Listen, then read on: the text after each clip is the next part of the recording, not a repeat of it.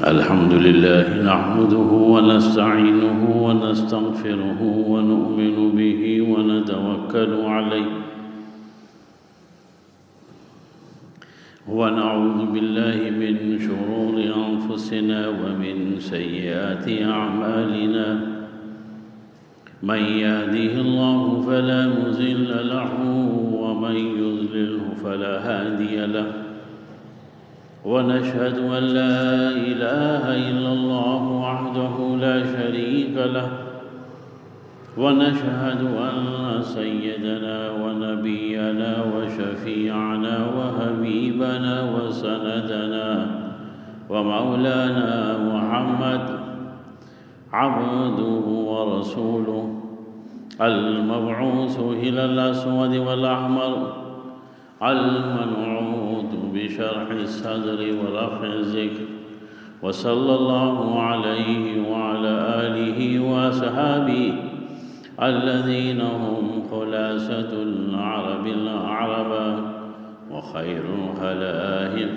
بعد الأنبياء أما بعد فأعوذ بالله من الشيطان الرجيم بسم الله الرحمن الرحيم يا أيها النبي إنا أرسلناك شاهدا ومبشرا ونذيرا وداعيا إلى الله بإذنه وسراجا منيرا صدق الله العلي العظيم وصدق رسوله النبي الكريم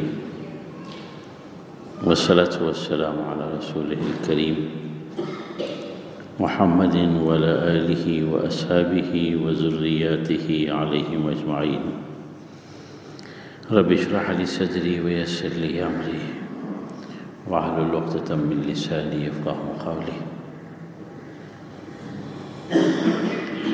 محترم اور معزز بزرگان مجلس برادران عزیز، الحمدللہ کہ رب کریم نے 8 دن کی عمر رفتہ ایک مرتبہ پھر عنایت فرما دی،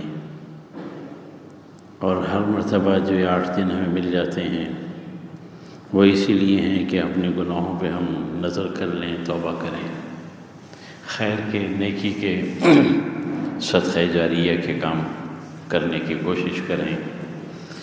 پھر اس نے یہ مہربانی بھی فرمائی کہ جمعۃ المبارک بھی عطا کر دیا، اپنے گھر میں اول وقت میں بلا لیا، بٹھا لیا۔ یہ اس کی مہربانی ہے، اس کی عنایت ہے، اس کا کرم ہے، اور اس کی اس عنایت و احسان پہ ہم اس کا جتنا بھی شکر ادا کریں حق نہیں ادا ہوتا، لیکن حتی الامکان، حتی المقدور، بقدر ظرف اس کا شکر ادا کرنا، کرتے رہنا، یہ ہمارے ذمہ لازمی ہے۔ اس لیے بھائی ویسے بھی چلتے پھرتے ہر وقت کہتے رہا کریں، اور اب بھی میرے ساتھ کہہ لیں کہ اللہم لک الحمد و لک الشکر۔ حمد و ثنا اسی کی ہے، سزاوار شکر بھی وہی۔ نبی کریم خاتم النبیین احمد مجتبیٰ صلی اللہ علیہ وسلم کی ذات اقدس کے نسبت سے گفتگو کئی ہفتوں سے جاری ہے۔ گزشتہ جمعۃ المبارک میں اللہ نے عیسیٰ مبارکہ کا جز تلاوت کروا دیا تھا، جہاں یہ ارشاد ہوا کہ یا ایھا النبی انا ارسلناک شاہدا، اے نبی ہم نے آپ کو شاہد، گواہی دینے والا بنا کر بھیجا ہے، ومبشرا ونذیرا، بشارت دینے والا اور ڈرا دینے والا بنا کر بھیجا ہے، وداعیا الی اللہ باذنہ، اور اللہ کے اذن سے، اجازت سے اللہ کے رستے کی طرف دعوت دینے والا بنا کر بھیجا، وسراج منیرا، اور ہم نے آپ کو ایک سراج منیر بنایا ہے۔ یہ نبی کریم صلی اللہ علیہ وسلم کی غرض و غایت بعثت کی، اور نبی کریم صلی اللہ علیہ وسلم کی صفات کا بیان ہے یہاں، جس میں سے پہلی بات تو ہم نے کہہ لی کہ شہادت کیا چیز ہے جو نبی کریم صلی اللہ علیہ وسلم کو اللہ نے شاہد بنایا۔ سورہ الحج کی اس آیت مبارکہ کا میں نے ذکر کیا تھا کہ جہاں رب کریم نے یہ بات فرمائی ہے کہ لِيَكُونَ الرَّسُولُ شَهِيدًا عَلَيْكُمْ، اللہ نے تمہارے درمیان ایک رسول بھیجا ہے جو تم پر گواہی دیتا ہے، شہادت دیتا ہے۔ اس کا کام ہو گیا۔ اب اگلا کام یہ ہے کہ وَتَكُونُوا شُهَدَاءَ عَلَى النَّاسِ، اب تم پر یہ لازم ہے کہ تم بھی لوگوں پر گواہی دو، جیسے اس نے تم پہ دی ویسے تم لوگوں پر دو گے۔ اور اسی طرح سے جن پر نبی نے گواہی دی انہوں نے آگے لوگوں پہ گواہی دی، اور جنہوں نے آگے دی وہ اگلے والوں پر۔ یہ قیامت تک اس سلسلے کو جاری رکھا جائے گا شہادت کے۔ ہاں یہ ٹھیک ہے، جو نبی کریم صلی اللہ علیہ وسلم کا مقام و مرتبہ شہادت کا تھا وہ کسی اور کو میسر نہیں آ سکتا، مگر ترتیب، طریقہ اور سلیقہ جو ہے وہی ہے۔ اس میں کمی ہے، اس میں کمزوری ہے، وہ بات تو نہیں ہو سکتی، مگر جو نبی نے بات کہہ دی ہے، جیسے جو نبی کریم صلی اللہ علیہ وسلم کی نماز تھی ویسی نماز تو کوئی پڑھ ہی نہیں سکتا، مگر نماز پڑھنا ہے، 5 وقت پڑھنا ہے۔ تو اسی طرح سے شہادت کا معاملہ جو گواہی کا ہے، اس کی تفصیل ہم کہہ چکے ہیں، وہ گواہی دینی اور قیامت تک دینی ہے، اور کوئی یہ نہیں کہہ سکتا کہ یہ کام میں نہیں کروں گا۔ یہ خیال رکھیے گا، یہ ہمارے جورسڈکشن سے باہر ہے یہ فیصلہ، ہمیں کرنا ہے۔ ہاں اچھا کریں برا کریں یہ الگ ایشو ہے، کمزور طریقے سے کریں طاقتور طریقے سے کریں گے الگ ایشو ہے، مگر کرنا ہے۔ جیسے کسی مریض کے ڈاکٹر کہتے ہیں یہ نہیں کھاتے، کھلائیں ان کو، نہیں ڈاکٹر صاحب بھوک نہیں لگتی، کہتے تھوڑا سا کھلائیں، جیسے بھی یہ کھلائیں نہیں تو مر جائیں گے یہ بغیر کھائے ہوئے، یہی ہے نا۔ اور وہ گھر والے سارے لگ جاتے ہیں، کوئی سالڈ چیز کھلا رہا ہوتا ہے، کوئی پیسٹ کھلا رہا ہوتا ہے، کوئی نہ جانے کیا کیا ترکیبیں کر رہے ہوتے ہیں، یار مریض ہے کچھ کھا لے، اس لیے کہ اس میں اس کی زندگی ہے۔ اسی طرح سے گواہی جو ہے اس میں حیات ہے، اور قیامت تک اس گواہی کو قائم رہنا ہے۔ اگلے مرحلے پہ اللہ نے فرمایا کہ وہ مبشر و نذیرا، ہم نے آپ کو بشارت دینے والا اور ڈرانے والا بنا کر بھیجا ہے۔ کس چیز کی بشارت سے، کس چیز کا ڈراوا؟ یہ اسٹیٹمنٹ یہاں اوپن ہے، لیکن اگر آپ کنٹینیوشن میں آئیں گے تو گواہی دینے والے کی بشارت اور گواہی نہ دینے والے کو ڈراوا، کہ جس نے گواہی دینے کا کام پورا کر لیا اپنی فکر سے، عقیدے سے، قول سے، عمل سے، انفرادی طور پر اور اجتماعی طور پر، اس کو جنت کی بشارت ہے۔ اور جس نے منع کر دیا، جس نے نہ کیا، اس کو ڈرایا جا رہا ہے کہ دیکھو یہ وقت دوبارہ نہیں ملے گا۔ یہ جو حیات ہے جسے ہم زندگی کہتے ہیں نا بھائی، جانتے تو سب ہیں مگر فکر کم لوگوں کی ہے۔ کہتے ہیں زندگی ختم ہو گئی، آنکھ بند ہو گئی۔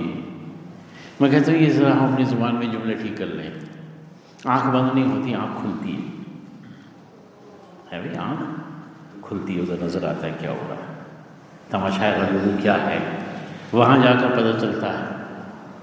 اپنی کتاب بغل میں لے کر جب وہاں پہنچتا ہے کہ ہاں بھی آ جا، کتنے سبق یاد کیے تھے، کتنے چھوڑے تھے، کون کون سے پرچے ٹھیک ہیں، کون کون سے غلط ہیں۔ تو اصل میں تو آنکھ کھل گئی نا۔ اب ہم کہتے ہیں آنکھ بند ہو گئی، ہاں یہاں کے حساب سے بند ہو گئی کہ ہم نے اس کے پپوٹے انگلیوں سے سیدھے کر دیے بس، لیکن اصل میں آنکھ کھلتی ہے۔ اسی طرح سے جو زندگی ہے یہ ختم نہیں ہوتی، یہ تو زندگی کا آغاز ہے، زندگی شروع ہوتی ہے بھائی، حیات جو ہے شروع ہوتی ہے، وہ آغاز حیات ہے۔ یہ تو ایک انٹرم پیریڈ ہے بس، آپ جہاں سے جاتے ہیں رستے میں پتہ چلا کہ وہ 5 گھنٹے کا اسٹے آ گیا، ٹرانزٹ ہے جی، اگلی فلائٹ سے جائیں گے، اب آپ کیا کر رہے ہیں وہاں؟ آپ کا اسٹے پوائنٹ سے نہیں ہے نا، آپ کو جانا آگے ہے۔ یہ اصل میں ایک ٹرانزٹ ٹائم ہے، یہ ٹرانزٹ ٹائم ہے، بس کہیں سے آئے تھے اب رک گئے یہاں، کیا کریں؟ اب جس نے رکنا ہے، چائے بھی پینی ہے، کافی پینی ہے، کھانا بھی کھانا ہے، نماز بھی پڑھنی، یہی کرتے ہو نا ایئرپورٹ پہ آپ، اور اس کے بعد اگلی فلائٹ سے آگے۔ اطمینان جب ہوتا ہے جب منزل پہ پہنچ جاتے ہیں، نہیں تو سفر ہی سفر ہے۔ ہم اس وقت سفر میں ہیں، خیال رکھیے گا، سفر میں جتنا سامان کم ہوتا ہے اتنا سفر آسان ہوتا ہے، جتنا لگیج کم ہوتا ہے اتنا کرایہ کم ہوتا ہے، اور ہینڈ کیری کے کام ہو جائے تو پھر تو کہنے کیا ہے۔ حکیم صحیح صاحب مرحوم کہا کرتے تھے، صرف ایک چھوٹا سا بیگ لے کر چلا کرتے تھے کہ بھائی اتنا بوجھ اور زندگی کو کون اٹھائے، بس اتنا ہی کافی ہے۔ تو بس یہی فارمولہ ہے کہ ٹرانزٹ میں جتنا آپ کو بوجھ کم ہوگا نا، اگر آپ نے 4 ٹرالیاں بھر لی تو لے کے گھومیے ان کا، ان کو سنبھالتے سنبھالتے، تو یہی زندگی کا حل ہے۔ تو پھر زندگی اصل میں شروع ہوتی ہے، تو اصل میں خوشخبری اس کے لیے ہے جس نے یہاں گواہی کا کام کر لیا کہ اگلی زندگی آسان، اور جس نے نہ کیا تو اس کو ڈراوا ہے کہ پہلے سمجھ جا اگلی زندگی مشکل۔ یہ تو کچھ بھی نہیں ہے، یہ تو کچھ بھی نہیں ہے۔ یہ سرائے ہے، یہاں کس کا ٹھکانہ ڈھونڈو، یا تو آتے ہیں مسافر سب چلے جاتے ہیں، دیٹس آل۔ رہنا کسی کو نہیں ہے۔ جانے کے طریقے، کوئی کیسے جاتا ہے، کوئی کیسے جاتا ہے، کوئی کیسے جاتا ہے، کوئی ایکسیڈنٹ میں چلا جاتا ہے، کوئی کورونا میں چلا جاتا ہے، کوئی کینسر میں چلا جاتا ہے، کوئی خودکشی کر کے چلا جاتا ہے، کسی کو کوئی گولی مار دیتا ہے، مگر باٹم لائن رزلٹ کیا ہے کہ اتنے مر گئے، پروسیجر مرنے کا ہے، تو اس لیے جانا جو ہے بھائی۔ تو کہا کہ آپ کو ہم نے بشارت دینے والا اور ڈرانے والا بنا کر بھیجا، بشیروں و نذیروں۔ بشارت ہے جنت کی، اب ہم نے سورہ توبہ پڑھی تھی، آخر میں یہ ہے کہ وبشر المومنین، جو ایمان لے آئے اور انہوں نے یہ کام کر لیا، ان کے لیے ان مومنوں کو بشارت دے دیجیے محمد صلی اللہ علیہ وسلم۔ یہ جو گواہی ہے حد الامکان، حد المقدور دینا ہے، اور ہم نے کہہ لیا کہ گواہی کیسے دی جائے گی۔ سب سے پہلے میں، آپ کا نمبر دوسرا، ہم نے پہلے اسکپ کر دیا تو دوسرے کا نتیجہ نہیں آیا۔ میں خود فارغ، لیکن آپ کو ٹھیک ہونا چاہیے۔ میں مومن صادق اور آپ منافق، یہی ہو رہا ہے نا بھائی، یہی ہو رہا ہے۔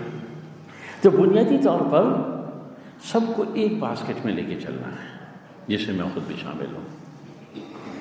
حضرت امام ابو حنیفہ رحمہ اللہ تعالیٰ سے کسی نے پوچھا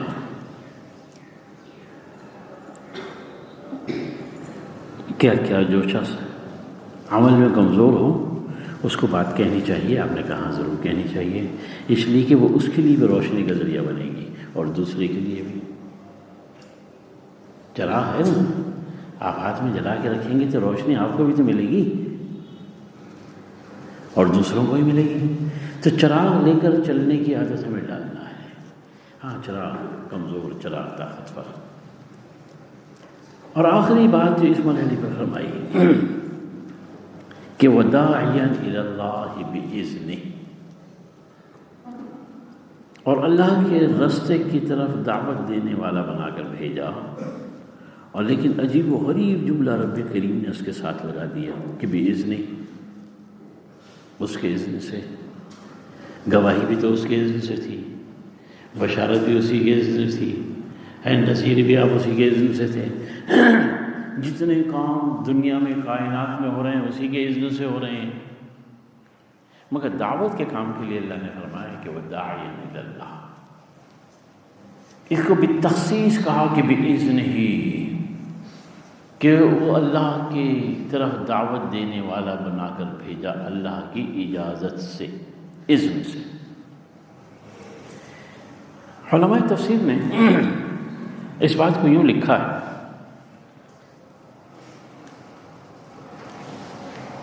کہ اللہ کے راستے کی طرف جب پکارا جاتا ہے تو اللہ کی طرف ترغیبات دی جاتی ہیں۔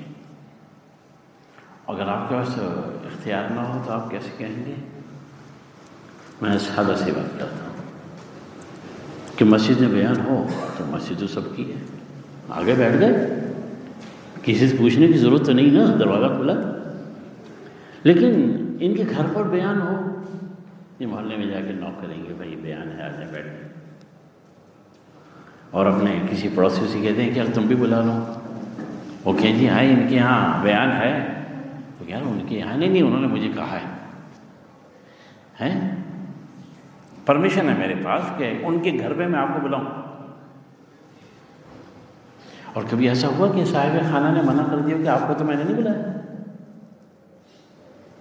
نہیں، میں نے 4 دوستوں سے کہہ دیا، سب نے موجود دی۔ یہ ہے اصل میں بلانے کا اذن ہے۔ یہ اذن جو ہے نبی کریم صلی اللہ علیہ وسلم کو، بہت مشکل بات ہے آج کی، اسے ذرا سمیٹ کے جائیے گا۔ نبی کریم صلی اللہ علیہ وسلم کے پاس ایک شخص آیا، آپ نے اسے اسلام کی دعوت دی۔ اس نے کہا کہ اچھا میں آپ کی بات کو مان لوں، اور جیسے آپ نے کہا میں ایسے ایسے ایسے کر لوں تو مجھے کیا فائدہ؟ آپ نے کہا کہ تجھے اس کے بدلے میں جنت ملے گی۔ جنت کیا ہے؟ آپ نے جنت کی تعریف و توصیف فرمائی۔ اس نے دیکھا یہ بدو عرب کے بڑے زبردست لوگ تھے، نے کہا کہ محمد سچ کہتے ہو؟ آپ نے کہا کہ ہاں میں سچ کہتا ہوں کہ تجھے جنت ملے گی۔ 3 دفعہ اس نے پوچھا، پھر اس نے کہا کہ اللہ ہاتھ، وعدہ پکا؟ بات یہ ہے کہ نبی سے جنت نہیں دے رہا نا، جنت تو اللہ دے گا، مگر اللہ نے اذن دیا ہے کہ جو بات کو مان لے کہہ دو کہ اس کو جنت ملے گی، اور جو تم کہہ دو کہ ملے گی۔ ہم یہ نہیں کہیں گے کہ تم کون ہو، نہیں نہیں نہیں۔ تو یہ اصل میں یہ اذن ہے، یہ اذن ہے، اجازت ہے، کہہ دو کہ ہاں۔ اور نہ جانے کتنے لوگوں کو نبی کریم صلی اللہ علیہ وسلم نے جنت کی بشارت دی۔ ایک شخص آیا، نبی کریم صلی اللہ علیہ وسلم تشریف فرما تھے، صحابہ کرام بیٹھے تھے، سلام کیا، رکا مسجد کے صحن کے کنارے پر، جواب لیا، دعا لی نبی کریم صلی اللہ علیہ وسلم کی، چلا گیا۔ کچھ لوگوں نے شکوہ کیا، گلہ کیا، اور گلہ یہ کیا کہ یا رسول اللہ یہ بیٹھتا نہیں آپ کی محفل میں آ کے، ہم تو حسرت کرتے ہیں نا کہ بیٹھیں، ہم ہوتے اس زمانے میں تو بیٹھتے، نہ جانے کیا کرتے اس زمانے میں ہوتے، تو اللہ بہتر جانے۔ تو نبی کریم صلی اللہ علیہ وسلم نے کیا کرتا رہتا ہے؟ کہا کہ بھائی کمانے کے دھندے میں، یہ ہمارے لیے خوشخبری بھی ہے اور ہمارے لیے توجہ بھی ہے۔ کہا کہ سارا دن بس وہ روٹی کمانے کے چکر میں لگا رہتا ہے۔ پوچھا کہ اس کا کنبہ زیادہ ہے کیا، یعنی ڈیپینڈنٹس، بچے وغیرہ؟ کہا کہ ہاں بچے زیادہ ہیں اس کے۔ اچھا، اور آخری جو سوال پوچھا بڑا خطرناک سوال تھا، پوچھا کہ رزق طیب کماتا ہے؟ کہا کہ ہاں یا رسول اللہ کماتا تو طیب ہے۔ آپ نے کہا طیب کماتا ہے اور بچوں کی جو ذمہ داری ہے ان کو پورا کرنے کے لیے کماتا ہے، تو میں گواہی دیتا ہوں کہ جنتی ہے۔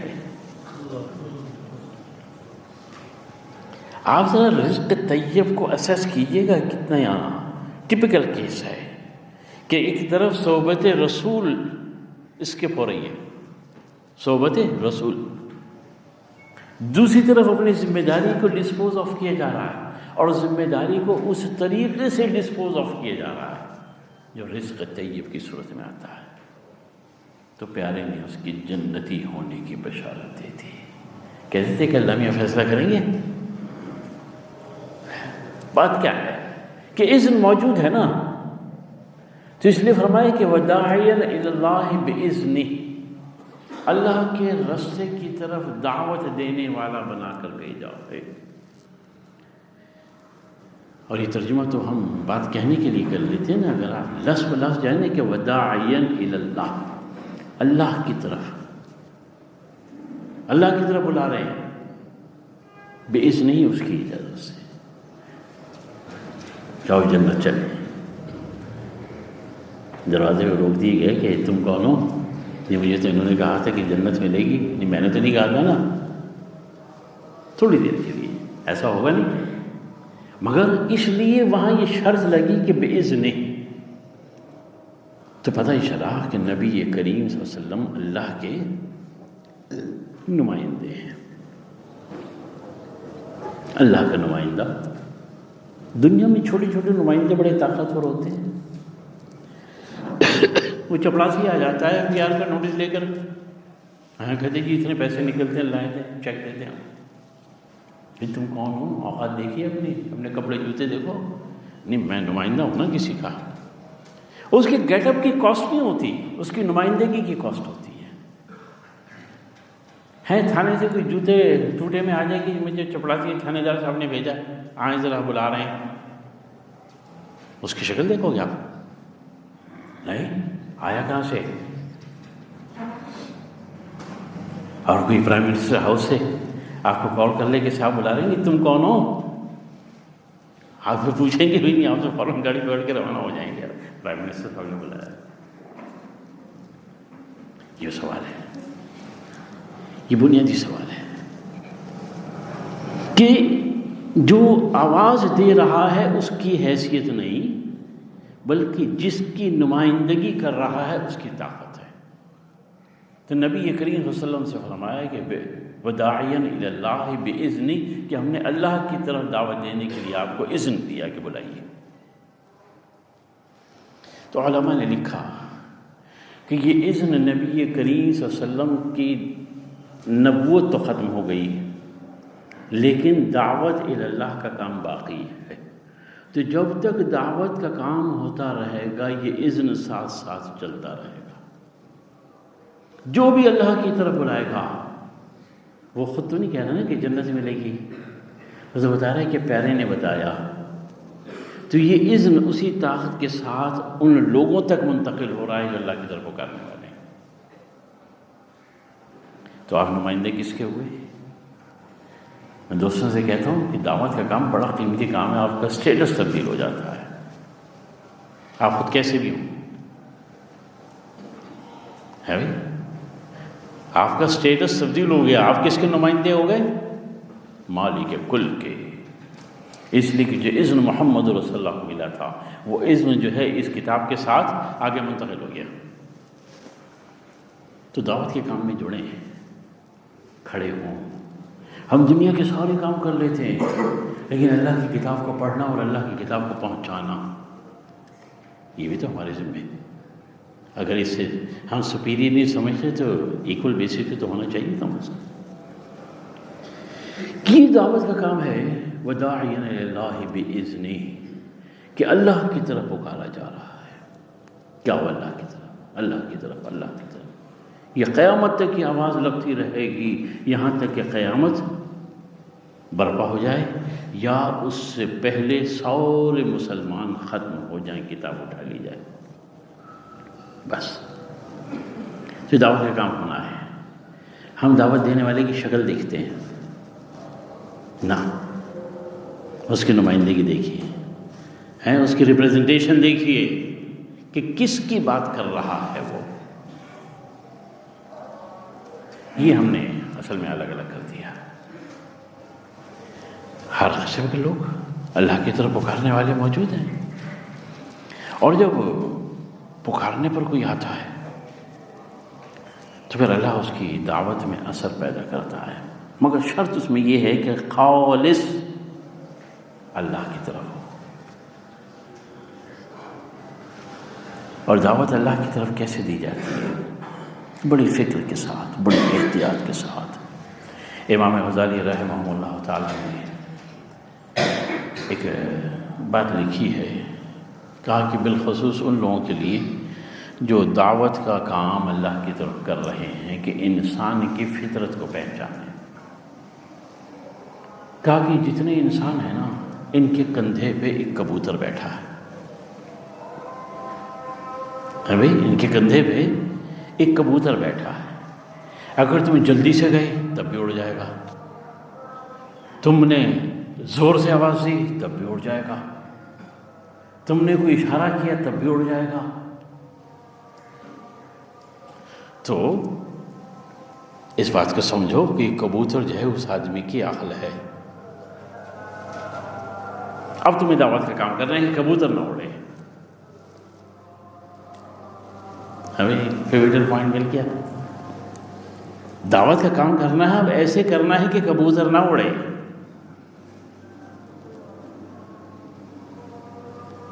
اب نبی کریم صلی اللہ علیہ وسلم کی دعوت کو اٹھا کے دیکھیے نا، 23 برس کے دورانیے میں ایک ایک لمحہ دعوت کا